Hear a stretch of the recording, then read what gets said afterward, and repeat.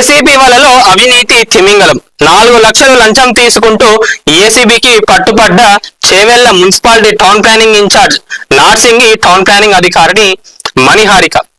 పేరులోనే మణి ఉన్నది, మణిహారిక గారు. ఓకే, ఇన్ని యాక్చువల్లీ 10 లక్షలు లంచం ఆశించిందంట, కానీ వాళ్ళు 4 లక్షలు లంచం తీసుకోగా దొరికిండ్రు. ఇంత ధైర్యంగా వీళ్ళు ఆఫీసులలో ఎట్లా తీసుకుంటున్నారు ఏందో తెలియదు, కానీ సరే ఈ ముచ్చట మనం మాట్లాడదాం. ఏదంటే హరిణి గారు 10 లక్షలు ఆశించిండ్రు, దాంట్లో 4 లక్షలు తీసుకుంటూ దొరికిండ్రు. ఆడ ఏమైతుందంటే అధికారులందరూ ఇంతే ఉన్నారని చెప్పి ఒక న్యూస్ అయితే వెళ్తున్నది. సరే, అధికారులు వాస్తవంగా సరే ఉన్నారు, వాళ్ళు లంచం తీసుకుంటారు, దీని గురించి మాట్లాడుకున్నాం.